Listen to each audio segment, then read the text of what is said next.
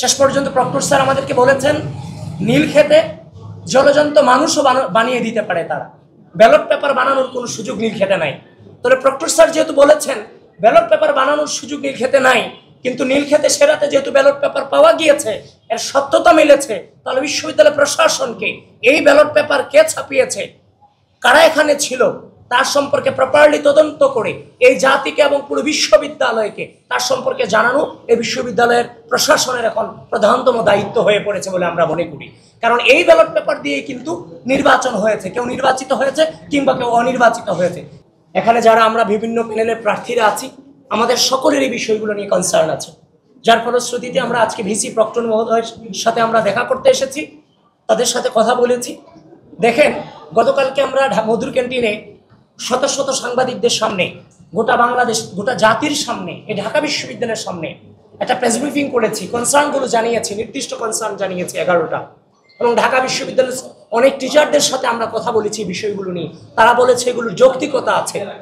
এখানে ম্যাক্সিমাম প্যানেলের প্রার্থীরা উপস্থিত আছে, তারা সাক্ষী আছেন যে ভিসি প্রক্টর মহোদয়েরা গতকালকের সংবাদ সম্মেলন করে তাদের কোনো ধারণাই নেই। তার মানে তারা কতটা অবহেলা করে আমাদেরকে চলেছেন, এটা আপনাদের মধ্য দিয়ে এবং এই প্রার্থীদেরকে সাক্ষী রেখে আপনাদেরকে জানালাম। একটা বিষয়, যে বিষয়টা কনসার্নের সবচেয়ে বেশি কনসার্ন, সেটা হচ্ছে গাউসুল আজমের নিচতলায় যে ব্যালট পাওয়া গিয়েছে অরক্ষিত অবস্থায় 7 তারিখ রাতে, সে বিষয়টা গতকালকে প্রকাশ হওয়ার পরও তারা সেই বিষয়টা নিয়ে ততটা কনসার্ন না, তারা জানেন না।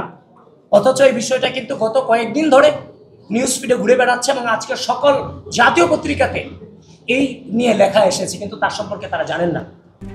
RICL TMX, যুগের পর যুগ স্থাপনা থাকে মজবুত। শেষ পর্যন্ত প্রক্টর স্যার আমাদেরকে বলেছেন নীলক্ষেতে জলজন্ত মানুষও বানিয়ে দিতে পারে তারা, ব্যালট পেপার বানানোর কোনো সুযোগ নীলক্ষেতে নাই। তাহলে প্রক্টর স্যার যেহেতু বলেছেন ব্যালট পেপার বানানোর সুযোগ নীলক্ষেতে নাই, কিন্তু নীলক্ষেতে সেরাতে যেহেতু ব্যালট পেপার পাওয়া গিয়েছে, এর সত্যতা মিলেছে, তাহলে বিশ্ববিদ্যালয় প্রশাসনকে এই ব্যালট পেপার কে ছাপিয়েছে, কারা এখানে ছিল, তার সম্পর্কে প্রপারলি তদন্ত করে এই জাতিকে এবং পুরো বিশ্ববিদ্যালয়কে তার সম্পর্কে জানানো এই বিশ্ববিদ্যালয়ের প্রশাসনের এখন প্রধানতম দায়িত্ব হয়ে পড়েছে বলে আমরা মনে করি। কারণ এই ব্যালট পেপার দিয়ে কিন্তু নির্বাচন হয়েছে, কেউ নির্বাচিত হয়েছে কিংবা কেউ অনির্বাচিত হয়েছে। সুতরাং এই ব্যালট পেপার যেহেতু তারা বলছে যে নীলক্ষেতে জলজন্ত মানুষ বানিয়ে দিতে পারে, এটা নীলক্ষেতে পারে, কিন্তু ঢাকা বিশ্ববিদ্যালয় প্রশাসন নীলক্ষেতে ব্যালট বানাতে পারে না কোনোভাবেই।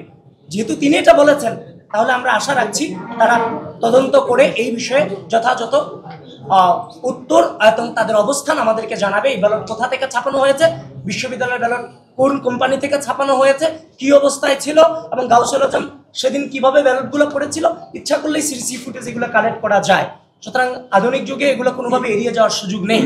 আর আরেকটা জিনিস, ইতিমধ্যে আমাদের অন্যান্য প্রার্থীরা বলেছেন, অন্যান্য প্যানেলের প্রার্থীরা বলেছেন যে ভোট কাস্টিং লিস্টটা নিয়ে তারা যে ধরনের গড়িমসি করছে, আমাদের সন্দেহকে আরো বেশি বাড়িয়ে দিচ্ছে। এখানে সবাই উপস্থিত আছে, তারা বারবার একটাই কথা বলছে, প্রাইভেসি। আরে ভাই, কাস্টিং লিস্টে তো এখানে ওমামাকে ভোট দিয়েছে, আবিদকে দিয়েছে, না কাদেরকে দিয়েছে, না অন্য কাউকে দিয়েছে, সেখানে তো সেটা লেখা নাই। সেখানে জাস্ট প্রেজেন্টটা, সাইনটা দেয়া আছে। যেখানে নির্বাচন শুরু হওয়ার আগে হিজাব করা মেয়ে থেকে শুরু করে প্রত্যেকের প্রাইভেসি আপনি ওপেন করে দিলেন ভোট লিস্টের মধ্য দিয়ে, সেখানে আপনি সিগনেচারটা ওপেন করতে পারতেছেন না, কারণ এই সিগনেচার দিয়ে তো কেউ ব্যবহার করার কোনো সুযোগ নেই। সুতরাং এটাকে যদি আপনি বলেন আইন দেখান, আদালত দেখান, তখন তো আমাদের সন্দেহের প্রবণতা আরো বেড়ে যাচ্ছে। সুতরাং আপনাদেরকে আমরা সচেতন করেছি, আমরা যে জিনিসগুলো নিয়ে কনসার্ন সেই জিনিসগুলো আমরা ভিসি প্রক্টরের কাছে জানিয়েছি, এবং সামগ্রিকভাবে আপনাদের মধ্য দিয়ে ঢাকা বিশ্ববিদ্যালয়ের স্টুডেন্টদেরকে আমরা সচেতন করছি এই বিষয়গুলোকে এড়িয়ে যাওয়ার কোনো সুযোগ নেই। এই নির্বাচনের প্রতি আবারও বলছি, আমাদের দায়বদ্ধতা আছে, এটার স্বচ্ছতা নিশ্চিত করুন। আলটিমেট হার কিংবা জিত আমাদের লাইফে সেটা নাই। সুতরাং আপনারা আমাদের পাশে থাকার জন্য আপনাদেরকে ধন্যবাদ জানাচ্ছি, এবং ঢাকা বিশ্ববিদ্যালয় প্রশাসনকে অতি দ্রুত, তারা বারবার বলছে, আমি গত 1 সপ্তাহ আগে যে আশ্বাস পেয়েছি, আজকে এসে ঠিক একই আশ্বাস পেয়েছি, কোনো পার্থক্য নেই। আমরা জানি না সেটা তারা কতদিন হাত পর্যন্ত টেনে নিয়ে যায়।